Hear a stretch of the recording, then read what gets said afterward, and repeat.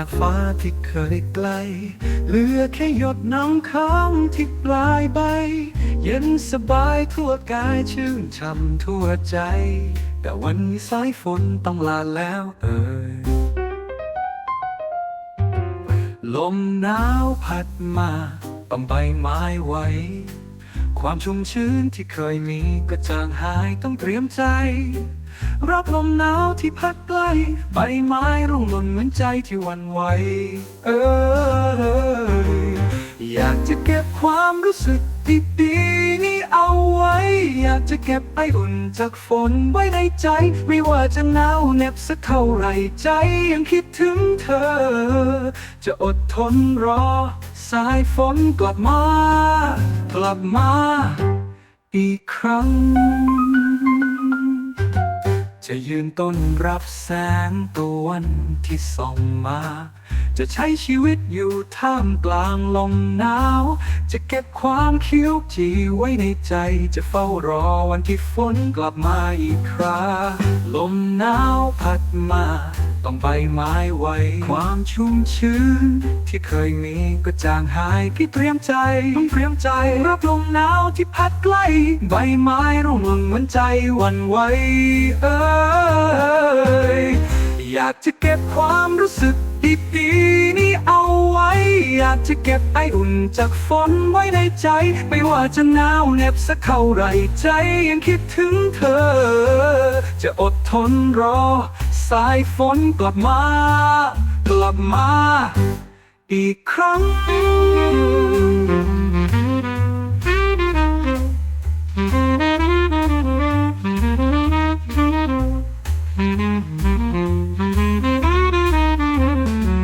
ไม่ว่าจะหนาวเหน็บสักเท่าไรใจยังคิดถึงเธอจะยืนอยู่ตรงนี้จะรอคอยฝนหนาจนกว่าจะมาพบกันอีกครั้ง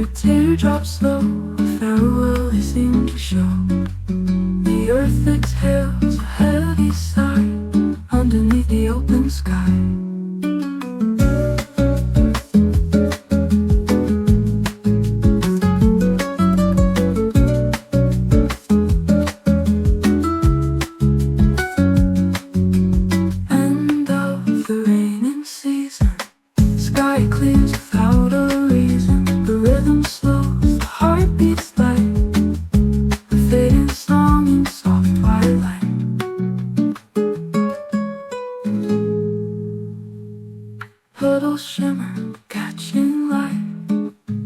mirrors of the fading night. Clouds retreat like waves at sea,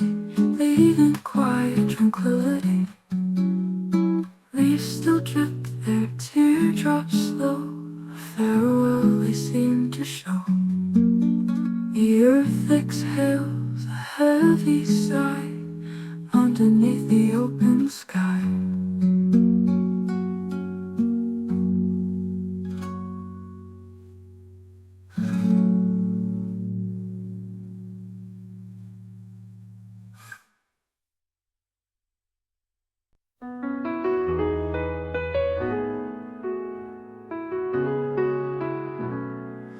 สายฝนมาจากฟ้าที่อยู่ไกลมีหยดน้ำฝนที่ปลายไปเย็นสบายทั่วกายชื่นช่ำทั่วใจแต่วันนี้สายฝนต้องจากลาแล้วลมหนาวพัดมาต้องใบไม้ไว้ความชุ่มชื้นที่เคยมีก็จางหายต้องเตรียมใจรับลมหนาวที่พัดไกลใบไม้ร่วงหล่นเหมือนใจที่หวั่นไหว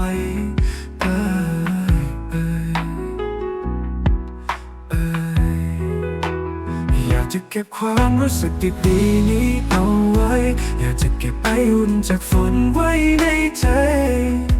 ไม่ว่าจะหนาวเหน็บสักเท่าไรใจนี้ยังคิดถึงเธอจะอดทนรอสายฝนกลับมาอีกครั้งหนึ่ง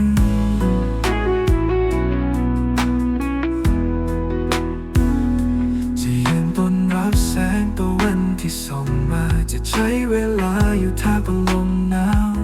จะเก็บความเขียวไว้ตลอดไปจะเฝ้ารอวันที่ฝนกลับมาอีกครั้งลมหนาวพัดมาต้องใบไม้ไว้ความชุ่มชื้นที่เคยมีก็จางหายต้องเตรียมใจรับลมหนาวที่พัดไกลใบไม้ร่วงหล่นเหมือนใจที่หวั่นไหว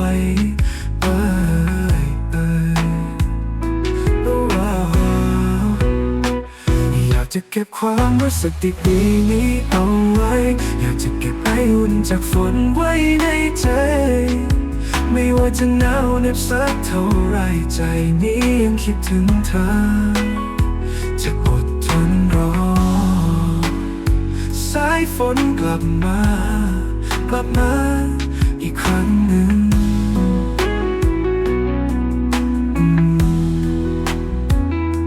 จะยืนรออยู่ตรงนี้จะรอคอยฝนมาจนกว่าจะพบกันอีกครั้ง